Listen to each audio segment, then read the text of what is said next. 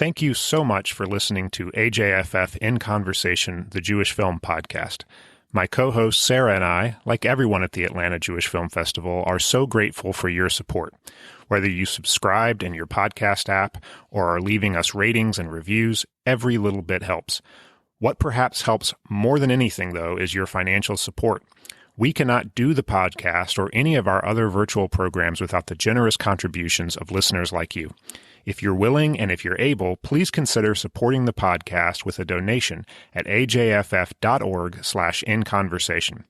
Thank you so much, and now, please enjoy the episode.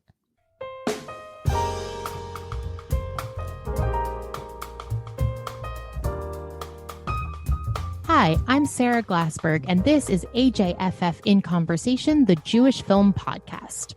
We have been talking a lot on this podcast and in our community about how our festival is going virtual this year and, how that will work.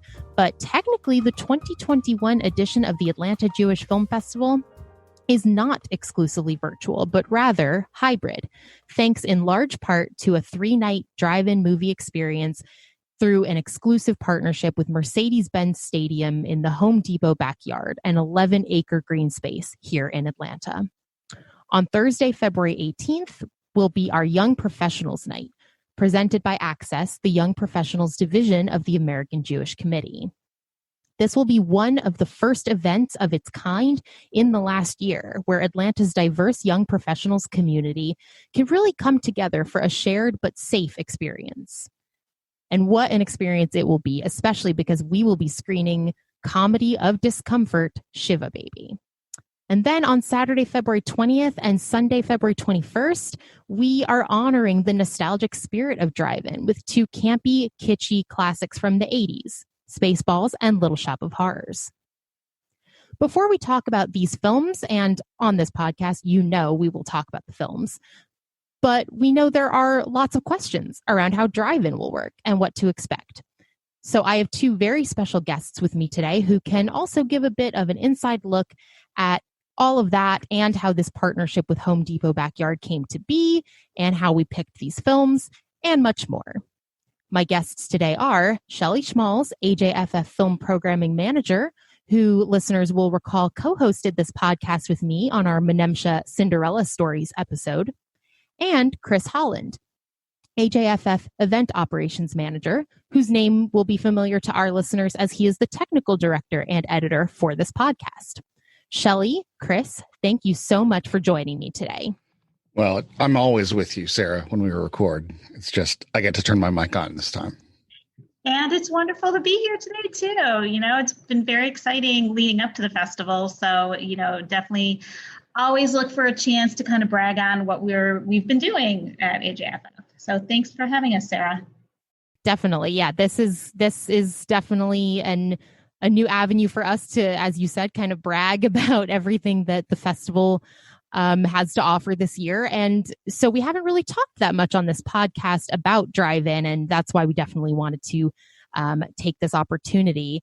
So I would like to start with a question to you, Chris, because you know a lot about drive-ins and, worked on our drive-in plans quite extensively, I know. So I would just like to kind of take our listeners through what that journey has been like for AJFF, from the kind of research phase to our, fabulous drive-in plans with Home Depot Backyard.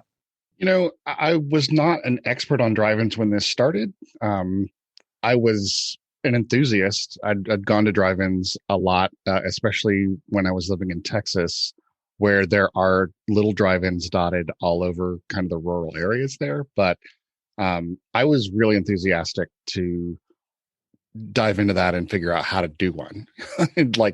This is something I don't get to do every day. So in March, we knew that drive-in was something we wanted to look at if this was going to be a long-term thing. And turns out it is a long-term thing. It may be longer term than any of us guessed at that point even. But we had our first meeting about drive-in in April, sort of broke down exactly what we wanted it to look like, how drive-ins typically work and, our plans to research how best to do it for our audience. Having just had a festival, we had it, a good 6 months to watch what other organizations did in terms of holding drive-ins in general, and then holding drive-ins as related to film festivals. Some of the more prominent examples we looked at were the Oxford Film Festival in Mississippi. They had like 2 or 3 weeks to turn one around. Fortunately, they had a drive-in, local to them that they used. We looked at the Sidewalk Film Festival in Birmingham, Alabama. They also had a functioning drive-in, sort of year-round drive-in that they used. And then one of the more prominent examples was the Queens, New York drive-in, which did not exist prior to it being put together. But one of the festivals up there called Rooftop Films, which typically does outdoor screenings on the roofs of Manhattan buildings, got together with the Museum of the Moving Image and the New York Science Center and put together the Queens Drive-In, which is, I think, if not the largest one we looked at, it's certainly one of the larger. Like their screen was like 60 feet and they have 200 or 300 cars come in. It's a big deal. Closer to home, the Plaza Theater built their own drive-in with an inflatable screen in their back parking lot. That holds fewer than 100 cars, but has been really popular. Spring Cinema Tap House in Sandy Springs has also built their own drive-in in their front parking lot. And of course, locally, the year-round drive-in that we have is the Starlight. And that drive-in has done such crazy business that it actually took me 2 or 3 months just to get them on the phone. Like everyone has been trying to work with the Starlight. And, their regular business has been doing so well that they have more business than they can handle. Our own plans mutated a number of times, from do we keep it small because we don't know how many people want to come? Do we take it big because, if you're going to do this, do it big? Where can we do it? We looked at empty parking lots. We looked at existing places. We looked at campuses of schools, like anywhere we could think of. And we knew that we needed a venue that was special, but that was also familiar to a large segment of our audience, somewhere that we comfortable going, somewhere that wasn't too far out from our radius of normal venues. It went back and forth for months. I literally have meeting notes from, every couple of weeks from April to November. And it wasn't until late in the year that we visited the Home Depot backyard. They had a Halloween event called Following, where they had some drive-in stuff. We looked at the venue, and it's kind of like a big open football field. It's the venue they use for tailgating at Mercedes-Benz Stadium, the Home Depot backyard. And it just felt right. It's big, it's airy. We watched what they did at that Halloween event. We noted the things we wanted to copy, the things we wanted to do differently, and put our plan together. I'll talk about that plan in a little bit, but that sort of in a nutshell is how we went from going, hey, yeah, we kind of know we want to do a drive-in, to putting in the research and coming up with a plan of our own. Yeah, it really is quite a journey. And I don't know that, I think this conversation will hopefully open up people's eyes just to how, with everything with this festival, but, with drive-in in particular, it's just so new to us and really took a lot of planning and a lot of research and discussions. So, I would love to also just get your perspective, Chris, on why you think it was important for AJFF to even offer this experience to our audience, because it was, a process fraught with, certain questions about how we wanted to do it. And I'm not sure if you have any thoughts on the why it was important to us. I think our listeners would appreciate kind of what the process was there, thinking that through. As excited as I was to research this and come up with a plan, I required some convincing that it was something we needed to do, especially early on when we just didn't know a whole lot about COVID-19, about how the coronavirus spreads, what's safe, what's not. I think I, like a lot of the people we talked to in our research, was kind of just ready to hunker down and like, I don't want to go anywhere. I don't want to see anybody. Let's just stay safe at all costs. And there's part of me that still feels like that. But I do think that the plan we put together is as safe as it can possibly be. I think there are a lot of people that we talked to, like we had a focus group where a lot of people said, you can put on a drive-in, but I'm not going.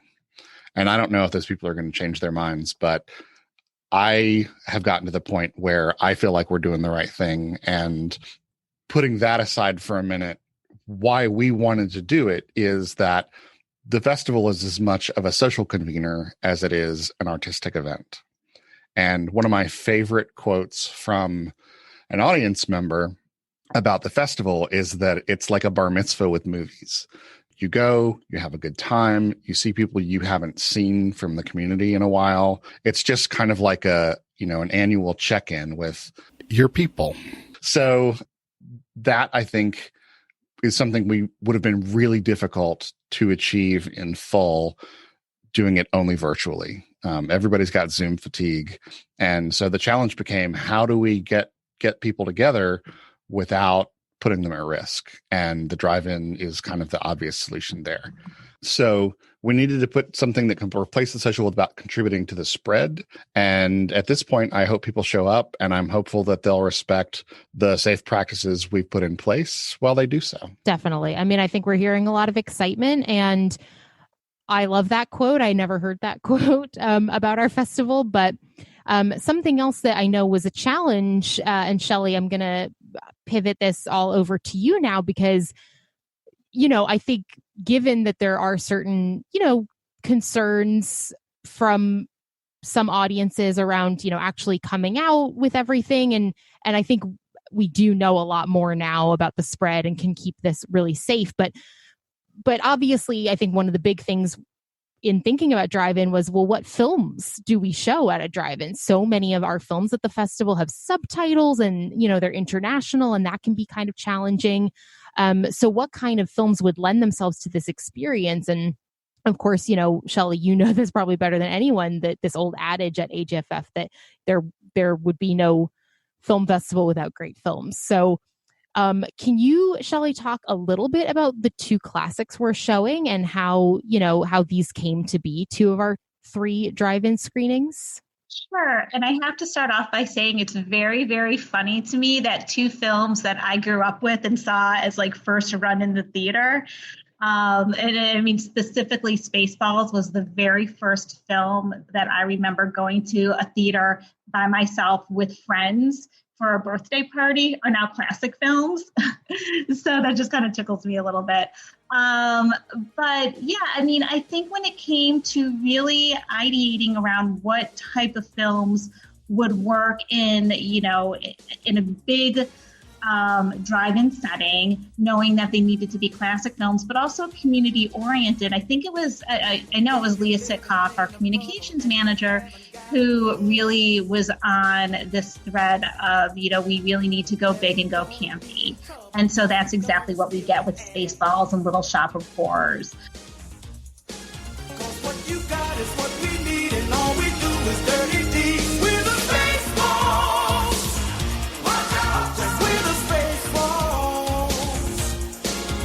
We're the masters of space. Hey, don't mess around with the Spaceballs. And, both films definitely are inherently Jewish films. We get with Spaceballs, it's a Mel Brooks film that has its Jewishness seeped in every pore that you can, just from the Mel Brooks presence in itself, and all the different, he has a lot of just big shticks that happen in the film that kind of harken back to different parts of either vaudeville or Catskills comedy, as well as it's kind of interesting to note that with Spaceballs, which is obviously a parody of Star Wars, is almost a decade after the original Star Wars was in theaters. So to know that, this Star Wars parody it was still relevant 10 years later really speaks to the Star Wars franchise and how relevant that was and present it was still in 80s culture at that time. And then the second film, Little Shop of Horrors, I mean, that was also just another, obvious choice.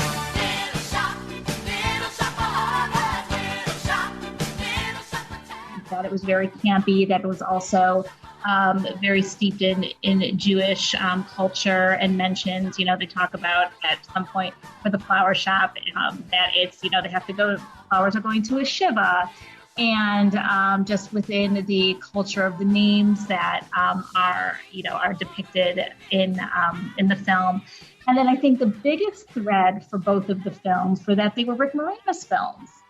So, to know that he goes from playing Dark Helmet and playing Seymour. I mean, the 80s were really, really a wonderful time of Rick Moranis. And so it was kind of a way to kind of wrap around a retro weekend of him.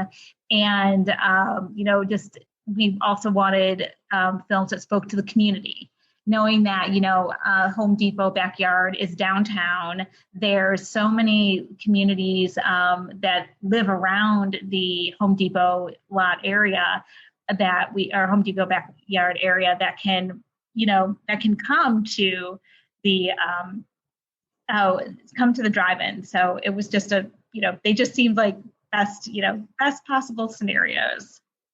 Yeah, definitely. I think with the choice of these two films, and everything you just mentioned, everything that Chris mentioned about the venue, it's really this perfect marriage.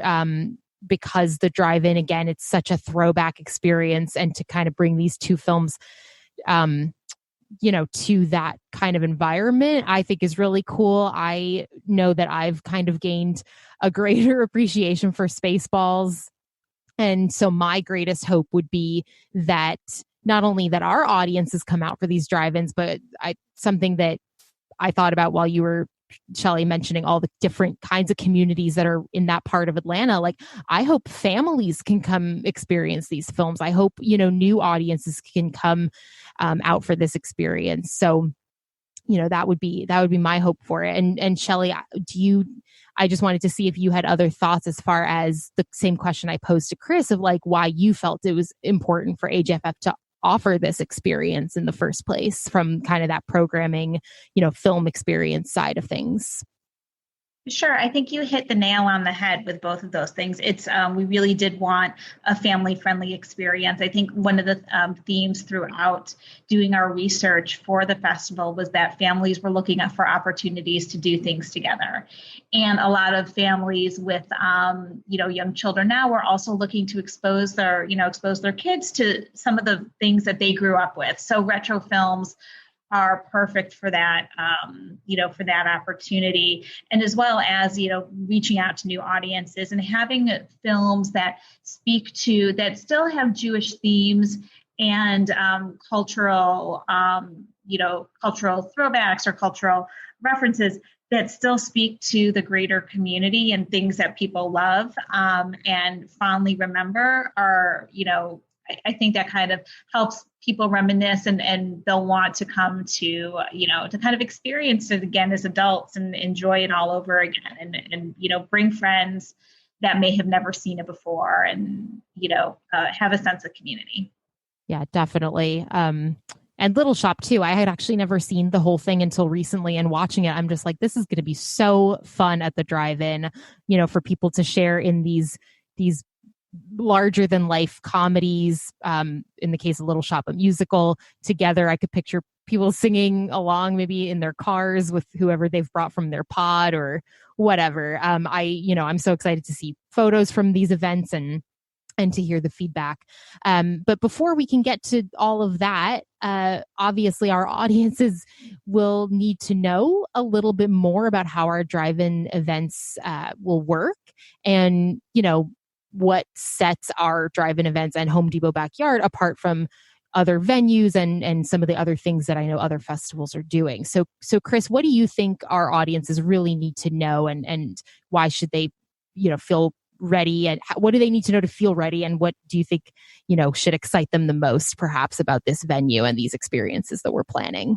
Every venue that we looked at, every different method of putting this thing on had its own drawbacks and advantages. If we'd gone to the Starlight, they have screens and projectors and the whole infrastructure ready to go. All we have to do is show up with a movie. But their location was, kind of far off from where our audience typically expects to go for our festival. And this venue over here was, really well set up, but the restrooms weren't quite there. Or whatever it was, there was always something that didn't quite click. And when we went to Home Depot Backyard, it was kind of like they had a lot of the event infrastructure that was lacking at other places, but in another sense, they were a perfect sort of blank slate where we could do what we do best, which is, show movies. And, we rounded up somebody who could provide the screen and the sound system, and we rounded up the food truck vendors and all that kind of stuff. And they, the people at Home Depot Backyard, to their immense credit, just sort of rolled with it. They're like, yep, whatever you want to do, we're here to help you guys put on a great event. And we've got the basics, like how to get people in, the parking spots, our restrooms and stuff are ready to go. We have on-site this, we've got the power you need. It just all sort of clicked. And the fact that a lot of people are already familiar with, where Mercedes-Benz is, and it's not too far of a drive and all that kind of stuff really made it the perfect fit. So we're excited. We're bringing in a giant 70-foot screen, inflatable screen. We're going to be able to fit about 225 cars per showing in, which is more than I think we expected. And we've gone to a lot of different lengths than I think any other drive-in in the area has done in order to make sure that things are safe and to make sure that it is the sort of quality viewing experience that you would expect from AJFF. It's going to be February, so, we're not expecting people who are going to want to jump out of their cars or sit on, take their folding chairs out of the car and sit on the lawn anyway. But that was something that we'd seen at other drive-ins, and we knew we didn't want to do because that encourages the kind of socialization that encourages spread of the coronavirus. So, and we knew that our audience wasn't going to be down with that either. From doing things like parking cars in order of height so that, smaller cars are down front and bigger cars are in the back, making people, park forward. They're not popping up their hatchbacks so that they're blocking the view of other people, to just making sure that all the signage is what it needs to be and making sure that the vendors are doing what they need to do to make things safe. I feel like we've got the best of, here's a drive-in. It has that sort of communal feel to it, but also here's a place where you can sit in your car and not have to breathe anybody else's air and, feel safe while you're doing that communal thing.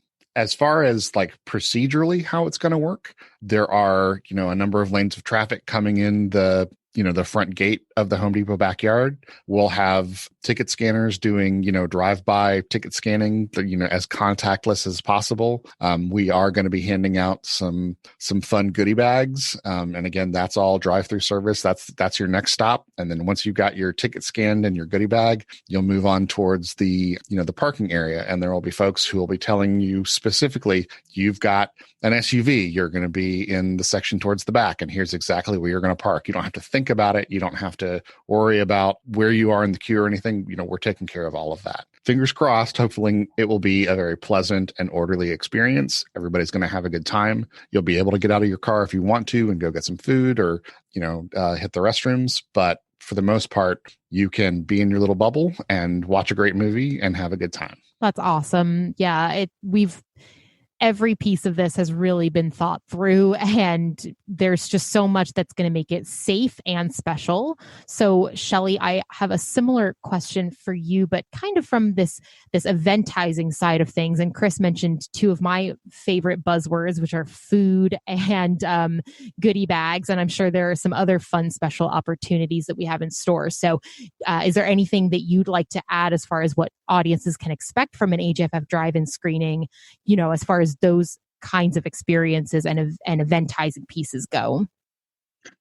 Sure. I think the one mention of note would be that we are putting together some backdrops that our guests can take like selfies and photos in front of. One will be a backdrop of something from Spaceballs, and something will be a backdrop from Little Shop of Horrors. I don't really want to tell too much, kind of like, you don't want to really spill too much about the goodie bags, just because we would like it to be a surprise. But we felt that having, people there would like to take a picture and kind of have memories from the evening. So, these backdrops will definitely help with that, and they'll be up all weekend long as well. I think you bring up an important point about pictures. Like, without this drive-in, you might not even know that the 2021 festival happened because there are no pictures of it. Definitely. And I think that that's, something that we, was important to us too when we were planning out for a drive-in, that we really wanted something special that our guests could remember. And, a drive-in, obviously it's something we've never done before in our AJFF history. So this is kind of, I think it'll be a special moment in time for us. Totally. And I think both of you, my hope here is to kind of pique people's interest and not give away too much, but definitely I think there's just so much that we can say about what to expect from the drive-in as far as just teasing it and getting people excited. But it's really, as you said, it's just a unique thing for us. And so I think the best way that our audience can really get an idea of how we're doing it and how fun it's going to be and what all these special components are, is to get a ticket and come. So I definitely agree with, not giving away too much, but I love the idea that someone getting out of their car to go grab food or go to the bathroom can, put their mask on and quickly take a picture in front of these things that are just going to really punctuate and highlight the films that we've chosen again. And just the whole experience. I think it's such a perfect little kind of bow on top of it. I would just like to take an opportunity here to really quickly mention just a couple more things about our Young Professionals Night in particular. Shiva Baby is a film that I believe Matthew Bernstein, friend of the festival, friend of the podcast, has talked about on our recent Professor's Pick episode. But it is one of my favorite films of this year's festival. It was adapted from a short film that we showed. And it's just the perfect film for, again, Atlanta's diverse young professionals community to share in together. It's kind of a dark comedy. I think that all the things that we're planning for Young Professionals Night in particular, as far as, access, again, the Young Professionals Division of American Jewish Committee, kind of having some live remarks and so much recognition for all our partner organizations. We have so many wonderful partner organizations in the community who are promoting this event and who are showing up to the drive-in that night. So, and again, it's got some celebrities in the film. It's got just themes that are really relatable to, I think, a lot of these young professionals that will come out that night. So I am personally very excited for that as well. So with that, I have one last question for both of you. Shellie, I'll go to you first, and then Chris.